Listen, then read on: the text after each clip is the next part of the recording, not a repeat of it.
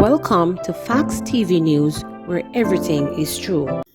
A nanda alert activated for a Queens High School student. An nanda alert has been activated for a 14-year-old Ryan Williamson of 6th Street, Greenwich Farm, Kingston 11, who has been missing since Friday, July 1. She is of brown complexion, medium build, and about 152 centimeters tall. Reports from the Hunts Bay Police are that about 2:40 p.m., Williamson was last seen on the compound of Queens High School, Central Avenue, Kingston 8 in her school uniform, white blouse, red tie, and grey tunic. She has not been heard from since. Anyone knowing the whereabouts of Ryan Williamson is being asked to contact the Hunts Bay Police at 876-923-7111, Police 119 emergency number, or the nearest police station. Motor vehicle seized in St. Elizabeth with stolen goods. Lawmen assigned to the St. Elizabeth Police seized a motor vehicle after it was found to be transporting stolen goods along the Holland Bumble Main Road in the parish on Saturday, July 2nd. Reports are that about 1:30 a.m., a team of lawmen were on patrol when they signaled the driver of a black Toyota Yaris motor car to stop. The driver disobeyed and sped away. The vehicle was pursued by the team, and on reaching Holland Bumble Main Road, the Yaris motor car stopped and two men exited the vehicle and ran. The vehicle was subsequently searched and two goods were found inside the trunk. The St. Elizabeth Police are urging members of the public who may have had their goods stolen to contact the Black River Police to assist in locating their owners. Investigations are ongoing. Man shot and injured in Mandeville. A man has been rushed to hospital following a gun attack on Juicy Plaza in Mandeville, Manchester. Reports suggest that the man was on the plaza about 2 p.m. when he was pounced on by a gunman who opened fire, hitting him. The injured man was taken to hospital by security personnel. Stores on the plaza have since closed to facilitate a police investigation into the incident. Aberdeen High School in St. Elizabeth damaged by a freak storm. A freak storm yesterday caused extensive damage to Aberdeen High School in St. Elizabeth. The storm downed trees and ripped roofs of a classroom block and the tuck shop. The disaster unfolded a day after the academic year ended. Don't take violent behavior lightly, Prime Minister cautioned as he visits mother of Kimisha Wright.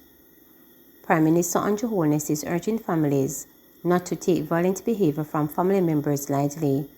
Speaking while visiting mother and grandmother Gwendolyn McKnight, whose daughter Kimisha Wright and her 4 children were brutally killed by a family member, Prime Minister Andrew Holness says ignoring violent behavior that does not necessarily rise to the level of a crime has the potential to escalate to much more significant degrees and must be treated with in the first instance.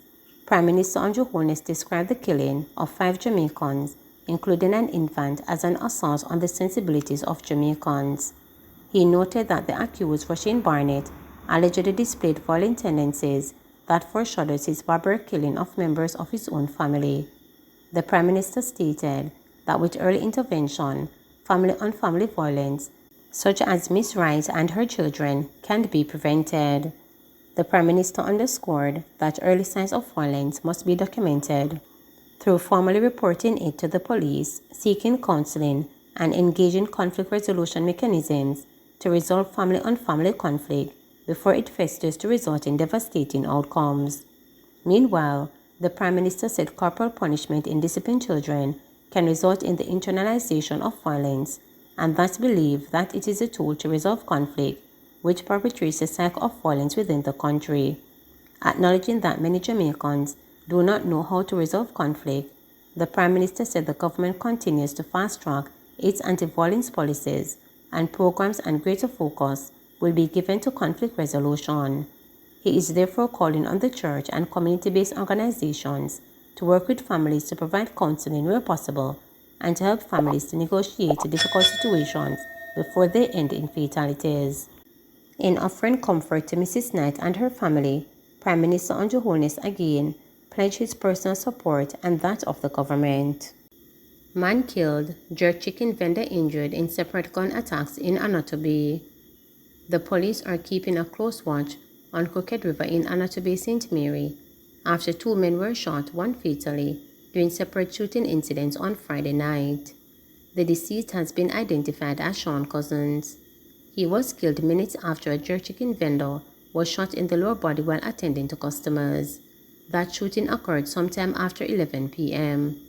Information reaching reporters are that the vendor was pounced upon by an armed man who opened gunfire, hitting him in the lower body. He was rushed to the hospital where he was admitted for treatment. Minutes later, gunmen struck in another section of Crooked River, shooting Cousins several times. He was pronounced dead at hospital. The police are probing both incidents to establish whether they are connected. Murder probe leads cops to dead man. Police in Westmoreland have cleared up a murder posthumously after investigations discovered the alleged killer was already dead. Donovan Pickers Samuels, who was shot and killed during a confrontation with a joint police military team in Albion St. James on June 17, has been fingered as the triggerman in the killing of Ian Picker Clark earlier this year. Clark, 31, from Bamboo Walk in Georges Plain, Westmoreland, was killed on February 2, 2022. Police reported that about 5:06 p.m., Clark was standing at his gate when a gunman alighted from a motorcycle and opened gunfire, hitting him before escaping on the waiting bike. Clark was taken to hospital where he was pronounced dead. As lawmen continued to probe Clark's death, it led them to Samuels. The investigators did not have to look far, however, as they discovered Samuels was killed 2 weeks ago. Following his killing, Samuels was positively identified by witnesses as the shooter in Clark's death. It was reported that security forces were on foot patrol in Earls Drive, area of Albion around 8:50 p.m. when they observed Samuels and another man approaching. The men were alerted to stop, but instead opened fire on the patrol team. The fire was returned and Samuels was hit. The other man escaped. A Glock pistol and 7 rounds of ammunition were seized at the scene. Man's dismembered body found on train line.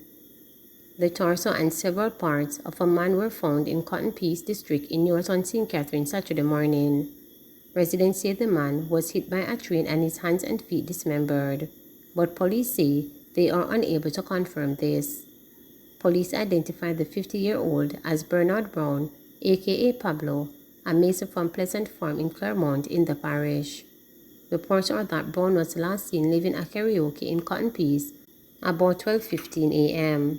His dismembered body was found about 5:15 a.m.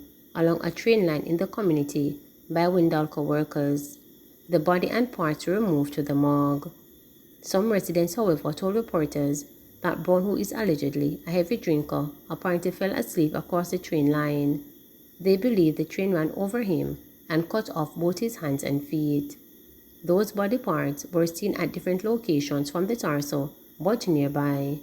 Other residents claim that Brown could have been killed and his arms and leg cut off and placed on the train line to make it seem as if he was run over by the train.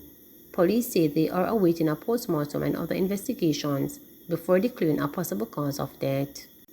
Captured men linked to gang feud that has left 12 dead, police say. The police say 2 wanted men who were held on Saturday morning during a police military operation in Whitton, Westmoreland, are responsible for ongoing mayhem in the area that has so far left a dozen people dead.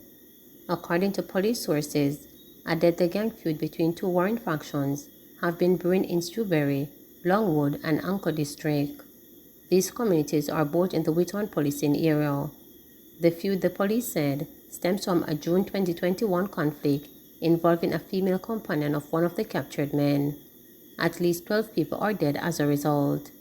The police are also probing 4 cases of wounding with intent and 5 instances of shooting with intent. Among the murders is the June 18 slaying of 45-year-old taxi operator Conrad Luton Carter in Longwood. Reports are that about 9 p.m., residents heard explosions and summoned the police. On their arrival, Carter was found in a Toyota Vaxi motor car. He was taken to the hospital where he was pronounced dead. Then, on June 24, a man was shot and killed at a wake in Whitton. He has been identified as 23-year-old window maker Darren Gale of Anchor District. The police later named Shalonda Bull Manning and Trevon T.J. McDonald in connection with criminal activities in the area. They were featured in the Police Force's Wanted Wednesdays campaign. Manning is wanted for murder, wounding with intent, and illegal possession of firearm, while McDonald being sought for wounding with intent and illegal possession of firearm. They were captured during a cornered and search operation in Longwood District about 5 a.m. on July 2nd. Jamaica must value its seniors, says Prime Minister. Prime Minister Andrew Holness said it is important that the country recognizes and appreciates its senior citizens, particularly those who have lived beyond 100 years. Holness, who was speaking during a visit with a centenarian, 105-year-old Winifred Stern, at her Lord's Road home in Kingston on Friday, July 1, said the government acknowledges and continues to put programs in place to support and protect them, including the Social Pension Program for 75 years and older. The Prime Minister's visit formed part of the post-activities for Centenarians Day, observed annually by the Labour and Social Security Ministry, where persons who have reached 100 years and over are recognized. Holness praised Stern on attaining the age of 105 and joked with her about passing her longevity onto him through hand-holding. The Prime Minister said he was pleased that the centenarian, according to her daughter, Jacqueline Clark, remains active, eats well, and enjoys going on outings. An important part of living long is being able to enjoy life, and I am happy to hear that she goes out and she interacts, because what the science is also saying is that people who have good connections, family and friends, and have the kind of a strong circle social, fare better in their later days, he said. Clark shared that her mother still makes her own bed and prepares her tea from the mint leaf she picks from her garden. Stern, who was also a housewife and also dabbed in dressmaking, said many people marveled that she lived this long and have expressed to her that they want to be like her when they get old. The Prime Minister presented Stern with a gift basket containing food items and personal care products. As part of the Post-Centenarians Day event, Minister of Labour and Social Security Carl Somodo also visited a centenarian. Centenarians Day was officially observed back in May under the theme Healthy Aging, Promoting Intergenerational Wealth. Please remember to subscribe, like, share, and click the notification bell for daily updates.